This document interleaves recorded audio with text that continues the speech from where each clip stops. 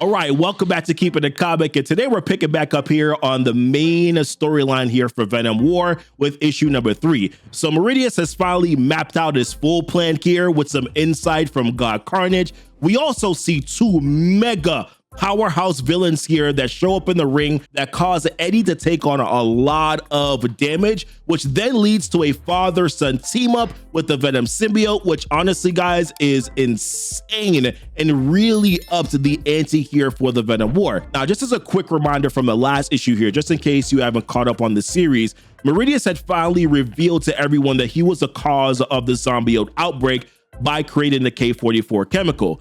We also saw Spider-Man and Eddie Brock. They were duking it out in the ring, which then led to Eddie using Bedlam, the other him, to consume his other Eddies in Tyro and Wild. I'm telling you, the story just keeps on getting wild to me, man. Which then led to Dylan Brock combining with the symbiote Flexo and Sleeper, who then stepped into the ring, proclaiming himself as the Prince in Black to stop the fight. And then Carnage showed up after Meridius revealed himself to then try and strike a deal with him for Eddie Brock's soul. So now in this one, it seems like Carnage and Meridius have come to some sort of agreement, because the first thing that Meridius asked Carnage here is, yo, how's the view? Referring to what it looks like outside of Alchemix's headquarters right now, which is ground zero, by the way, for the Symbiote plague. So Carnage is like, listen, I am loving this. He sees nothing but symbiote goo, as he says, blood, death, destruction, and human meat. All the things that he loves. So he's like, listen, Eddie, you're doing this all for me? Referring to Meridius, who then takes offense because he's like, my name is Meridius. That Eddie Brock that you're talking about here is someone else. That is my pathetic past. And I always find it funny when someone's trying to run away from their past. So he's like, right now, Eddie's just a bag of flesh, tiring himself out for a pointless war. And of course, he's referring to the war between Eddie Brock and his son Dylan, the war for Venom, the Venom War. I just figured I would spell it out for anyone that's just getting into the series, okay? Leave me alone. So then now Meridius feels his plans are advanced. While yes, he wants the Venom Symbiote back for himself, what he also wants is to build his Symbiote army so that he can recreate his garden, because Carnage had destroyed his garden called the Garden of Time back in Venom issue number 32. So after this garden is built, it will then lead to the creation of Venom World, where the earth will be covered with nothing but Meridius's Symbiote soldiers, with him having the Venom Symbiote for his own. So Carnage is like, okay, cool, I'm gonna let you cook. Great plan here, but have you really thought about everything? Which then raises some red flags, pun intended, from Meridius. He's like, is this where you show your true colors, Carnage? Are you going to threaten me again with that pig stick of yours? Now, Meridius is referring to the All Blood, the Necro Spear that Carnage has. Now, the All Blood, the Necro Spear is a weapon that Carnage got, which was inspired by the All Black, the Necro Sword, that grants Carnage powers akin to that of No. Now, this is something that he got while traveling to the Forge of Neverdelir, where this sword was created, and we also got to see what we're seeing right now, which is Carnage's ultimate form, which is referred to as God Carnage. But Carnage is like, listen, I am not threatening you. This is just a friendly warning that you may have rigged the game, but one factor that you have not considered is that there is always a wild card, which from what we saw here in the Venom War tie-in called Venomous, we know that Flash Thompson is on his way to the ring where Spider-Man, Eddie Brock, and Dylan Brock are right now. And we also saw in that tie-in that because of the anti-Venom symbiote, that this right now is the only cure for the zombiote infection. Flash Thompson is also not the only one that has anti-venom in him, because remember that Liz Allen, aka Misery Symbiote, is half anti-venom and half Carnage, who we saw could also purge the zombiote infection as well. And then we saw from another tie-in in Venom War Deadpool that we saw that Silence, another part anti-venom symbiote, can also cure the zombiote infection as well. Something that Meridius probably has no clue about right now. So then in this issue, we see Flash Thompson, who is on his way to the ring. We see him actually show up, and then he fires off some of that anti-venom matter blast or whatever to then cure an older man from the zombiote infection. So it's going to be very interesting here to see how they kind of all play these three symbiotes together to be able to kind of cure the entire New York City.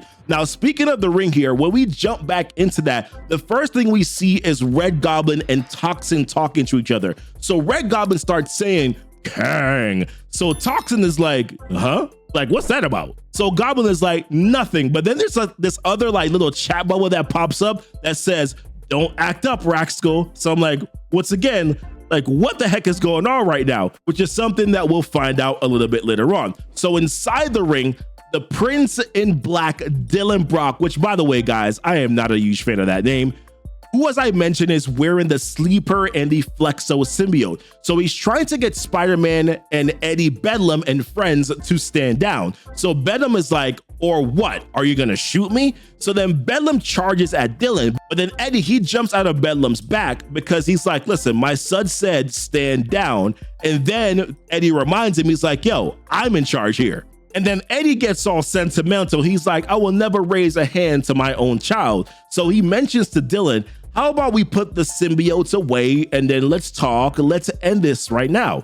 To which Dylan looks like he's willing to comply, but then something weird starts happening. Some voice starts talking to Flexo. It turns out that Dr. Doom from far in the past was talking to the Flexo symbiote. So he's telling Flexo to remember. So Flexo is like, Meadowface, referring to Dr. Doom, remember what? So then Doom is like, remember that Eddie Brock, when the time is right, you will be my hand of vengeance against him, and his own son will be your weapon. So then Flexo raises up his hand and then fires off multiple rounds at Eddie Brock, which then leaves Eddie lying in the ring in a pool of blood. And here's the thing too, he can't heal. And the reason why, Doom explains a little bit later on. So then he says this to Flexo. So he says to Flexo, I will teach you a variation on the ovoid mind exchange process. I hope I said that right.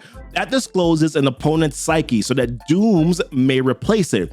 At the proper moment, when Brock is no longer reinforced by his symbiote, this will shift his soul out of alignment with his physical form. Once you've disrupted his control over his physical body, damage him faster than he could heal. Convey my vengeance and yours. Destroy Eddie Brock by his son's own hands, which basically what's happening here is that Flexo is not in control of his own functions right now. So when Flexo gets ready to finish the job, of course, through Dr. Doom, Dylan tries to get the Sleeper symbiote, who was also still attached to him, to help to stop Flexo. But Sleeper is like, Flexo is too strong, to which Flexo says, nah, Meadowface is stronger, confirming that Doom is the one that's in control right now. So Flexo throws the Sleeper symbiote off. Then Toxin tries to jump in while telling Goblin, who by the way is still saying Kang, to stay back. So then Toxin gets yeeted, which then leaves Spider-Man to try and come to the rescue. But listen, that doesn't work either because Bedlam's dumbass is like, no distractions, let them fight, it makes us stronger. So then he knocks Spider-Man all the way down to the ground viciously. Then once again, Goblin says Kang, and I'm like, what the hell is going on here? Why does he keep saying that? So then Kang pops up out of nowhere, and Kang is like, Normie Osborn, is it?